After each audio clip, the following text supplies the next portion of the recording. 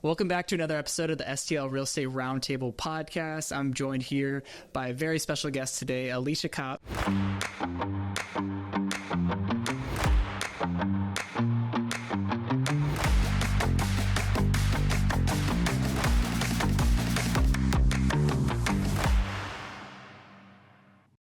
She has a phenomenal real estate business that we're going to learn from today. And so, Alicia, thank you so much for joining us. Thank you so much for having me, Jane. It's a joy. Yes, absolutely. So tell the viewers, the people listening, a little bit about yourself, kind of what got you into real estate and when that journey began. So I was a stay-at-home mom, and I decided I was doing like one of those in-home things where you teach parties, and somebody said, "You are really great with people. You need to think about going into real estate." And that was it. That was 20 years ago. I got into it, and I was a solo agent for many years, but I loved it. I love what I do. That's awesome. That's awesome. Yeah. So it's been smooth sailing since the day you started, right? No. If you really want to do something great, like become a real estate agent 2 years before the market crashes, the biggest global crash we've ever known. So I really look back on that, and I think if I hadn't gotten into it when it was really hard, I don't know if I'd still be doing it, because every single sale was tough. Every single sale was tough. Okay, so what's been the kind of biggest lesson you've learned over the years? What are some challenges that you face? You mentioned the market, right? Going through the market crash. You know, what have been the biggest? Okay, so lessons? there was this moment. I have 4 boys, by the way. And my son had an art project for middle school, and he had to draw a painting of how he sees his mom. Ryan had a painting of me standing outside in the snow with my phone, shivering, having a conversation with the client. We had like a dead zone, so we had to like walk outside to make a phone call. And I realized that is not what I wanted. Like all the family vacations of the boys, you know, being in the ocean or at a resort and me going, "You guys, I'll be right there. There's one more deal. And I thought, I never did this to make $1 million. I did this to give back to people and have a life. And so I decided to start a team. And I think that teams are just the way of the future. I think that people know if you get a unique group of skill sets, you're better off together than solo. Mm-hmm. Yeah. You can do more with the right people around. Right. Awesome. So you said you have a team now. What does that look like? So the interesting part of the story was at first I started a team with 5 people who were exactly like me. And I thought, oh, we're friends. We could hang out. I realized after year 2, my business was half of what it used to be. And the reason why, I spent way more time dealing with the team than my clients. So I quit the team, like I fired everybody essentially. And I just went back to being a solo agent. And I just thought, what did I do wrong? How did I not get this right? And I waited 4 or 5 years, and I'm like, I'm going to do it again. So I chose 2 people who were completely different than me. Grace is in her 20s, Caitlin's in her 30s, and of course I'm in my 40s. So everybody brings something really different. That's awesome. Yeah. That's awesome. So playing off each other's strengths and probably weaknesses at times. That's right. Yes. So that's great. Yeah. So you mentioned the photo that your son drew of you standing out in the cold on your phone and talking about vacations and trying to build your business differently in a way that you have more free time. We just talked before the episode began, before we started recording, about you've taken more vacations this year than you ever have, and business is way up. I've doubled my business. So talk to us about what your business looks like now and kind of different things that you've implemented to, you know, take more vacations, have more free time, help the busy agents out there out. Give them some tips. I want to make everybody a lot of money. I want to show people that you can love your job, but also even love your life more, because I've never thought money was the goal. I thought it was a tool. Like I've always thought of it as a tool for freedom. And if I could figure out this like secret equation to how to make how to find a balance, right? And so the epiphany that I have for all of the young agents out there: spend less money on marketing and more money on people. That's it.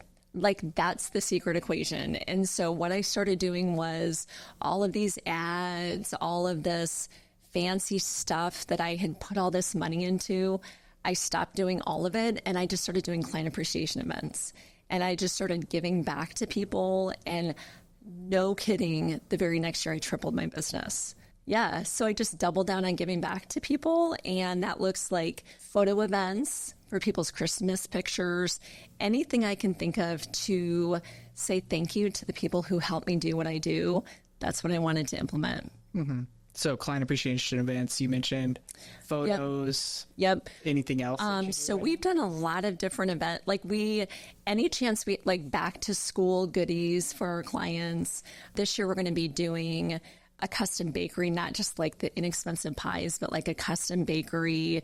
We're really big on Christmas gifts, and we actually hand deliver them where we get to spend time with our clients. So I just think the more that you do for people, I always had this impression that in order to be successful, you had to be this like high up person and there's all these little people beneath you. But what I realized is you can be really successful, but super kind. And that's what people really appreciate. Yeah, absolutely. Yeah. Absolutely. And like kindness is not that hard, right? To be a kind person. Yeah. For some people it might be, but But don't you think that's kind of in our industry? We think of these people who are at the top of the ladder, and you just kind of have to like gather it all up for yourself. And I feel like just the opposite is true. Like, we're sharing stuff today that has taken me 20 years to learn, but the more I share it, the more I'm convinced it's going to come back. And so I feel like it's all reciprocal. Right. And there's plenty to go around. Yes. Right? And in this industry too, relationships with our clients, yes, they're so important, but I think relationship with other agents is even more important. Yes. Because, you never know when that phone call with that other agent, you're going to pick up something like I've picked up like 5 things that I'm like, I got to implement this, right? So, you never know, where that relationship is going to lead or what that's going to do for your business. And I also think there's this spirit of generosity that, again, gives back to make our job so much more fulfilling. And so I kind of touched on that travel aspect.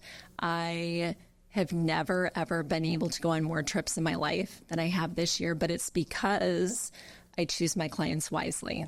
I don't just take any business that comes my way.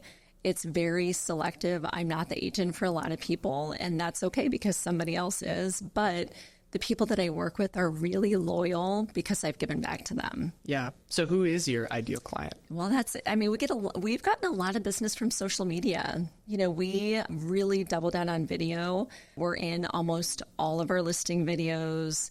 We have our YouTube channel, Facebook, LinkedIn, Instagram, TikTok. So we do get a lot of our business, but I would say about 80% of our business comes from past clients. And that kind of goes back to keep loving on those people, and they're going to give you more business than you ever could have dreamed. Right. And if your past clients are people that you really enjoyed serving, likely their friends and family are... That's exactly right. That's where we get most of our business. Yeah. Somewhat similar, right? Yeah. So that's awesome. Okay. So what is something that you feel like you do that's unique that other agents, that sets you apart? Yeah. I think one thing that we do is what we just talked about is really, truly treating our clients like family. We spend a ton of time at weddings, baby showers. I mean, they really do become family, and that's not just BS. I mean, they become really good friends of ours. And I think that if I had learned that lesson a long time ago, I would have looked at my clients so differently, because going above and beyond, one of my largest sales I ever got came from spending a year with somebody that never bought anything, but they so appreciated that whether they were spending $200,000 or $4 million, we do the same for everybody. Yeah, that's right. That's great. Yeah. So treating every client like an MVP. Yep. Yeah. That's right. Awesome. Yeah. So as far as we talked about a lot of the good, so what are some of the challenges that you're currently working through? What are some things that you're working on in your business that you want to improve on? Yeah. One of the biggest challenges that I'm seeing right now, Jaden, is 24% of transactions that get accepted don't make it to the closing table. And I just had this happen late last night. We've been under contract for 3 weeks. Buyers want to walk away. And I think that relationship that you talked about with the other agent, it has never been more important. They're just tough to keep together today. I think we're seeing... Why do you think that is? I think we're seeing a really inconsistent market. I think buyers have gotten beaten up for a long time. And now we're seeing pockets where days on market are increasing and buyers are like, if I'm going to pay a premium, I want everything under the sun done, because now we're starting to see inspections creep back into every contract. And that relationship with the other side is invaluable. Mm-hmm. That's probably our biggest challenge, for sure, our biggest challenge right now. Yeah. So what's your key to kind of making it to the closing table with the other agent? I would say more than anything, managing expectations for buyers and sellers. I think if there was more communication, at the risk of aging myself, because of course I'm on a team with a 20-year-old and a 30-year-old, texting is fabulous and we all do it well. It is not the place to text when we've got millions of dollars on the line. And I think conversations don't feel natural anymore. Like, it feels weird to call somebody. Like, right. Even for me, I will find, I'm just going to shoot him a quick text. But those conversations with my sellers, okay, I just want to let you know, here's the worst thing that could happen in this transaction. I want to prepare you for it. Anybody that says it's easy is not being truthful and genuine. You've got to really prepare the seller and manage expectations of buyers. Are you having a buyer's consultation? We don't even take a buyer out. I know the lawsuit is a big thing right now. I mean, for the last 5 years, way before that, we will not take a buyer out without a buyer consultation. We talk about expectations. How can we exceed yours?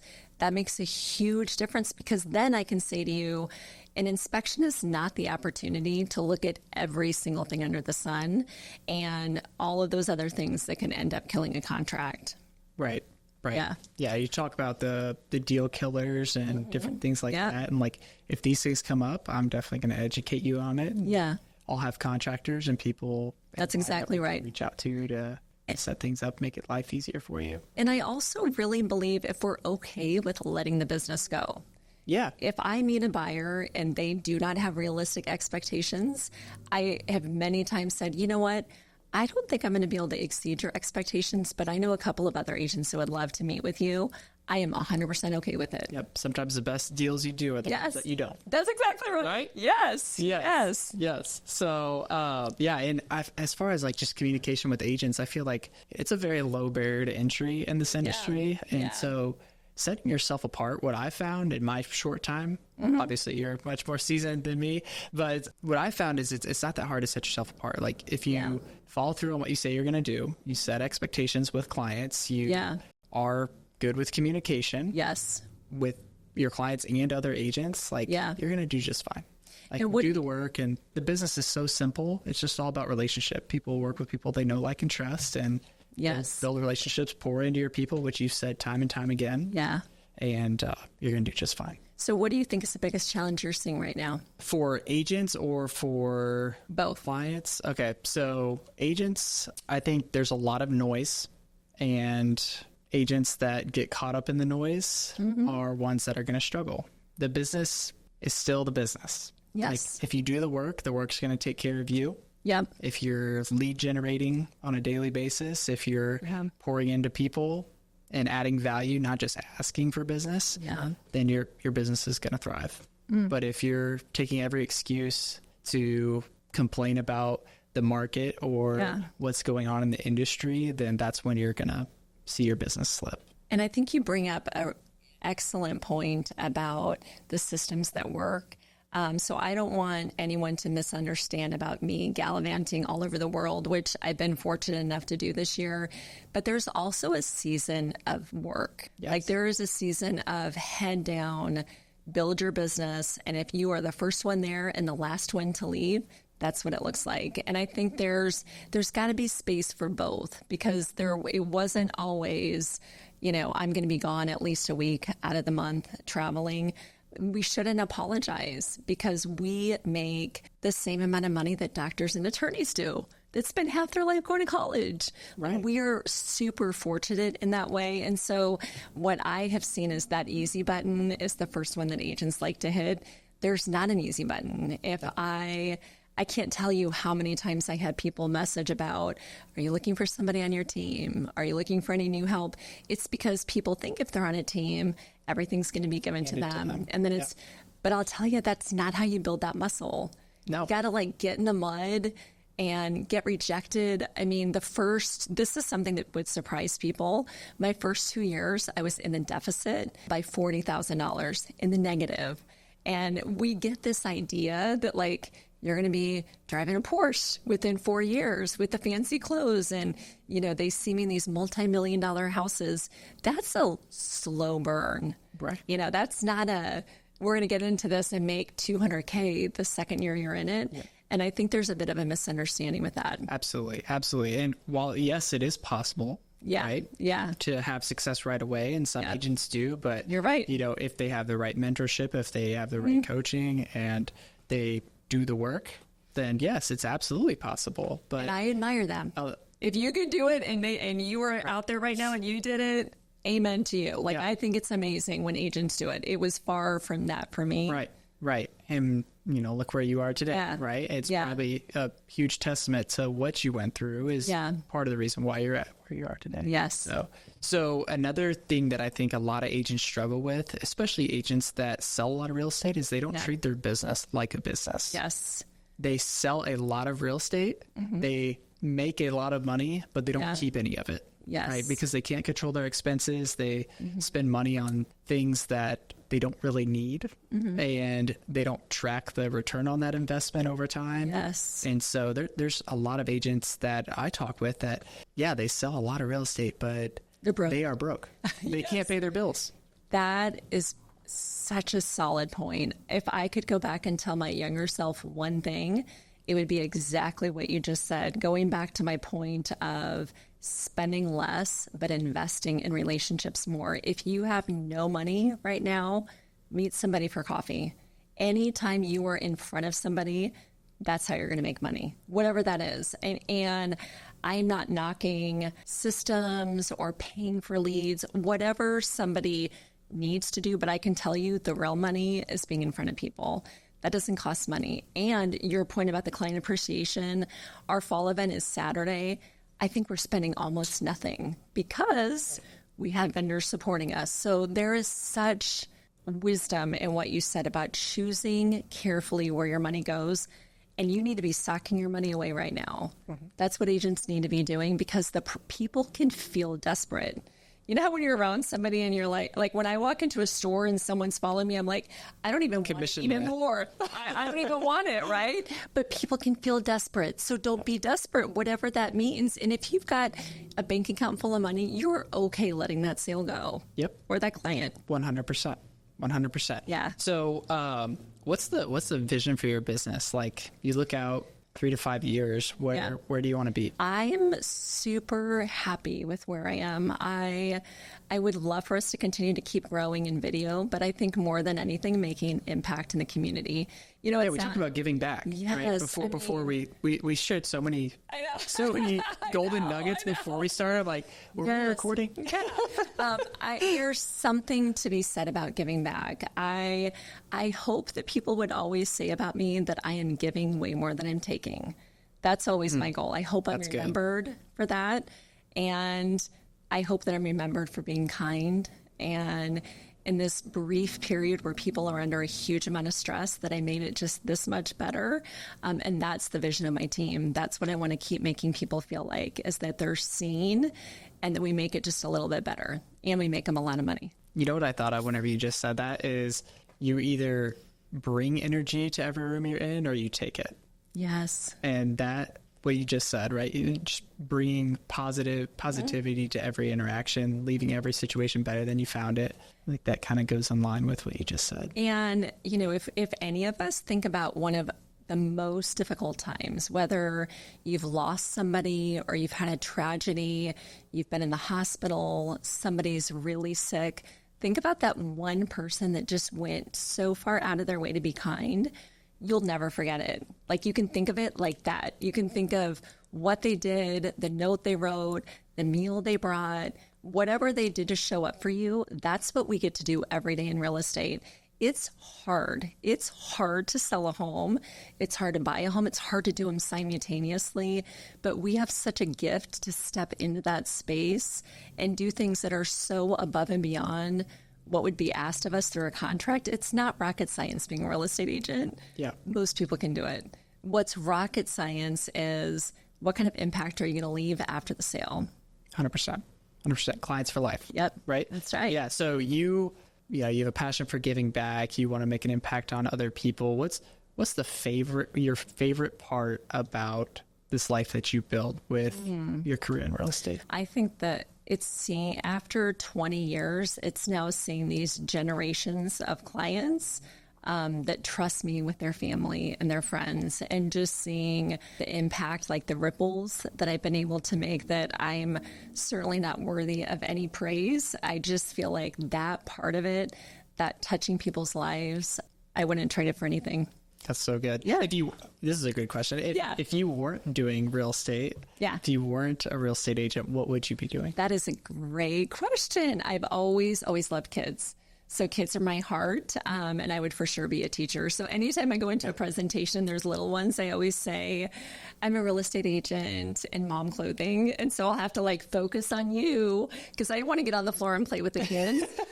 There's something so beautiful about kids' energy, and I love it. And I think we could all be more like them. Yeah, that's awesome. That's awesome. And then you're a mom. So what is your favorite part about motherhood, about being a mom? And then how do you balance, like you said, you had some learning experiences early on of, you're starting to build this successful real estate business, and then, you're getting pulled away. There's always that tension between family time and work time, because we're kind of on the clock, 24/7. Yeah. So talk to us about that. That's a great question, because my boys are ages 30 all the way down to 17. So I had my first when I was 16, and I became a grandma when I was in my 30s. And so it's been a unique thing to be a mom through all of it. What I have learned is when I'm with the boys, I'm 100% present. This may drive some people crazy, but my ringer is never on, ever. Clients know that. When I first meet them, I always say, my ringer is not on whenever I'm with somebody, but I will always get right back to you. And so what I've learned as a working mom is there's really no such thing as balance. There's going to be times when your clients need you, but there's going to be times that your family needs you. And I think it's just up to us to kind of navigate that tension. Yeah. Sounds like you're doing it really well. I don't know. Some days I feel like I am, and other days I feel like I'm a complete failure at it. So, Right. Okay. So last question. Yes. Before I get to the last question, are there any questions that I should have asked that I didn't? I think you did a really great job. And I would love to ask you the question, what lights you up? What's your passion about real estate? What makes you the happiest? Yeah. So I think it goes back to service.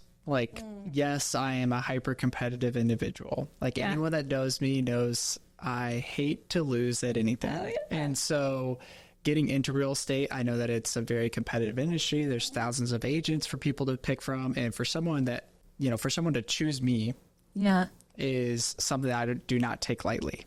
And so I wear that as a badge of honor, right? Yeah. That these people chose to work with me out of all the agents that they had to pick from. So that fires me up because that's that competitive edge. I'm like, I know they interviewed multiple agents and they picked me, right? Yes. For some reason, what are they on, right? So that part fires me up, but really it goes back to service. You think about real estate, you get to serve people in possibly the biggest transaction of their life, the most amount of money they're going to spend on anything, or the most amount of money they're going to make on the sale of their biggest asset in their world. Yeah. And it's a big, responsibility that we carry. Yeah. And it's not simple.